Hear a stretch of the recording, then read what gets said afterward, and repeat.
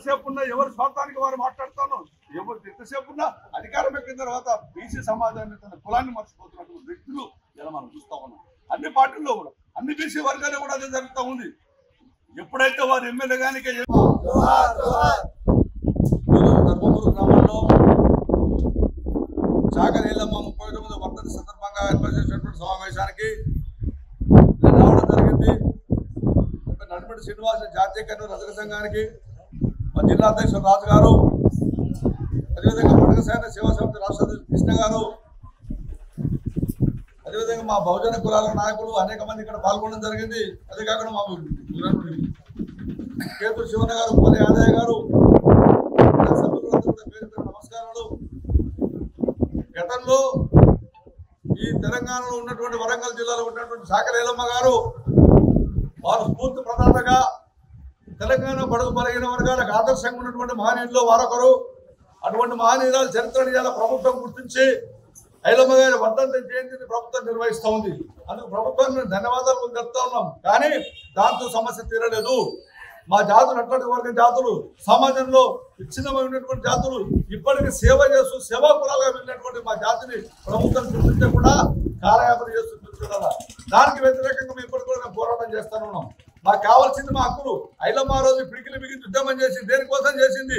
మా హక్కుల కోసం ఐలమ్మ గారు ఉద్యమం చేయడం జరిగింది. కానీ అటువంటి మహానీరాలు మనం ఇప్పటికి కూడా మేము అనుకుంటూ ఒకటే మాట్లాడుతున్నాం. చాకరేళ్ళమ్మ స్ఫూర్తి ప్రదాతగా ఎందుకు చెప్పుకోవడం జరిగిందంటే దారిద్ర్య పీడిత వర్గాల్లో ఉన్నటువంటి చైతన్య వేదిక రావాలని చెప్పి ప్రతి ఒక్కరు కూడా చైతన్యమై సమాజానికి తన వంతు బాధ్యత, తన వంతు కర్తవ్యాన్ని అందించాలని చెప్పి ఐలమ్మ స్ఫూర్తి తీసుకున్నారు. మోసం చేసే విధంగా ఏ పార్టీ అయినా సరే, గతంలో కేసీఆర్ గారు 22% ఉన్నటువంటి కనీస రిజర్వేషన్ 22% తీసుకొచ్చి ఒక బీసీ మంత్రి మాట్లాడలేదు.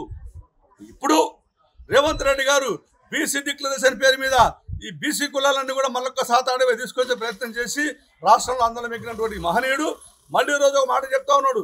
బీసీ కులాల రిజర్వేషన్ చేస్తాము, ప్రతి ఒక్క కులానికి న్యాయం చేస్తామని చెప్పినటువంటి ఈ వ్యక్తులు బీసీ కుల కన్నా పక్కన పెట్టేసి మళ్ళీ ఎన్నికలకు సిద్ధమైతే ఉన్నారు. మేము ఒకటే అడుగుతూ ఉన్నాను, బీసీలను అనగదొక్కే విధంగా ఈ ప్రభుత్వాలు నిర్ణయం తీసుకుంటే సేవ తెచ్చి సీము చేస్తున్న బీసీలను ఎన్ని సంవత్సరాలు మేము ఏకం కాకూడదు. అందుకే అడుగుతున్నాం, బీసీలారా ఏకమైదాం, మన హక్కుల కోసం మనం ఉద్యమిద్దాం. హక్కులంటే వచ్చేది కాదు, సమస్త హక్కులు మనకు కావాల్సిందే. నిర్మితమైన సమాజాన్ని నిలబెట్టాల్సిన బాధ్యత బీసీ కులాలపై ఉంది. దీంట్లో బీసీలుగా విడిపోయినాం, కానీ మేము ఒకటే చెప్తున్నాం, బీసీ కులాలుగా ఒక్కటి విడిపోయాం కానీ బీసీలకు కలుస్తున్నాం.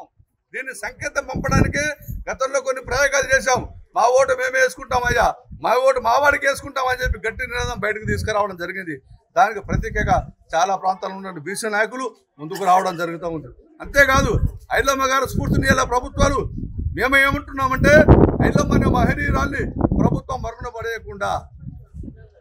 మరుగున పడేయకుండా వారి సంస్థాన్ని గౌరవించి ప్రభుత్వం ముందుకు నడిపే విధంగా చర్యలు తీసుకోవాలి.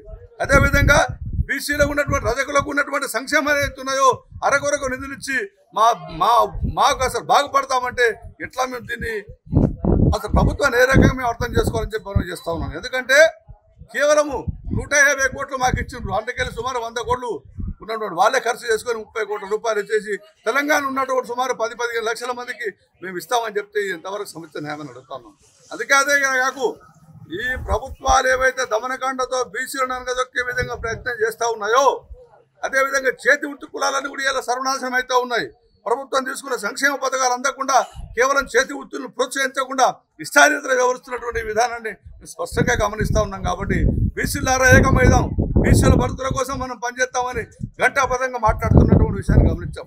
ఇంకొక రకంగా తీసుకుంటే ఐలమ్మ గారిని 39వ వర్ధంతి చేస్తా ఉన్నాం. చనిపోయి ఆ మహనీయురాన్ని బీసీ సమాజం బీసీ కులాలు తప్ప ఏనాడు మిగతా వాళ్ళు కూడా ఏనాడు కూడా బయటకు తీసుకునే పరిస్థితి ఏర్పడింది.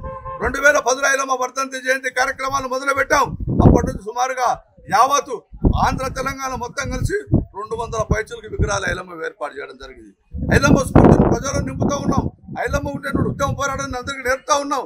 ఎందుకు ఈ ప్రభుత్వాలు ఒకటే బలహీన వర్గంలో ఏ నాయకుడు పేర్కొన్నా ఆ రోజు పండసాయన మొదలుకుంటే ఇలా ఐలమ్మ మొదలుకుంటే అనేక మంది కొమరంపి మొదలుకుంటే దొడ్డి కొమరే మొదలుకుంటే వీళ్ళ చరిత్రను మనకు ఎరకలేకుండా మనకు దృష్టికి రాకుండా మన వర్గాలకు తెలియకుండా చేసినటువంటి ఈ దౌర్భాగ్య మొదనష్టపు రాజకీయ పార్టీలన్నీ కూడా మొదటి నుంచి ఒక పాలన అందుకునే దానికి బలహీన వర్గాలు చైతన్యం అయితే మా బతుకులు సాగవు.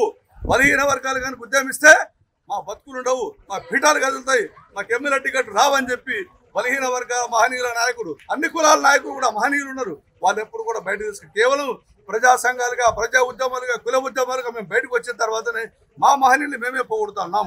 ఇప్పుడు ప్రభుత్వం దిగివచ్చి కేవలం తప్పని పరిస్థితుల్లో ఐలమ్మ గారి మిగతా నాయకులు కూడా జయంతి వర్ధంతి కార్యక్రమాలు నిర్వహిస్తున్న మిత్రులారా, ఇది ఒకసారి బీసీ సమాజం స్పష్టంగా గమనించాలి. అందుకే హక్కులు చేసే తప్ప మనకు సమస్యలు తీరవని మనం స్పష్టంగా ఎన్నుకున్నాం. కాబట్టి ఇప్పుడు కూడా భారతదేశంలో సుమారుగా మేము 18 రాష్ట్రాలు ఎస్సీలో ఉన్నాం. కేవలం 11 రాష్ట్రాలు మిగిలిపోయినాయి. ఎందుకు మిగిలిపోయినాయి? ఒకే దేశం, ఒకే చట్టం, ఒకే రాజ్యం ఉన్నటువంటి ప్రధానమంత్రి గారు మరి మిగతా కులాలు మీరు ఎందుకు శాసించట్లేదు? మేము కూడా 18 రాష్ట్రాల్లో మా వాళ్ళు ఉన్నటువంటి మా రజకులు కాదా వాళ్ళు? ఏ కులం పేరు పెట్టినా మా సమాజం అంతా ఒకటే సేవ చేస్తున్నటువంటి మహనీయ కులానికి ఉన్నటువంటి, అదేవిధంగా మహారాష్ట్ర ఉన్నటువంటి గాడ్గే బాబా గారు వారు కూడా సుమారుగా 110 చిలుక ఆశ్రమాలు కట్టించాడు, స్కూళ్ళు, పాఠశాలలు కట్టించాడు. కానీ వారికి ఇప్పుడు ఉన్నటువంటి ప్రధానమంత్రి గారు ఒకసారి స్వచ్ఛ భారత్ తీసుకొచ్చారు. కానీ స్వచ్ఛ భారత్ పితామహుడు మహాత్మా గాంధీ కాదయ్యా, స్వచ్ఛ భారత్ పితామహుడు గాడ్గే బాబా గారు. గాడ్గే బాబా గారు పొగిడితే బీసీ సమాజం నిద్రలేస్తుందని చెప్పి ఇంకో వ్యక్తిని తీసుకొచ్చి పెట్టడం కరెక్ట్ కాదని మేము చెప్తా ఉన్నాం. అందుకే ఈ తాడిత పీడిత కులాల పట్ల మొదటి నుంచి కూడా ఈ ప్రభుత్వాలు నిరంకుశ ధోరణితో నిస్వార్థంగా లేకుండా స్వార్థ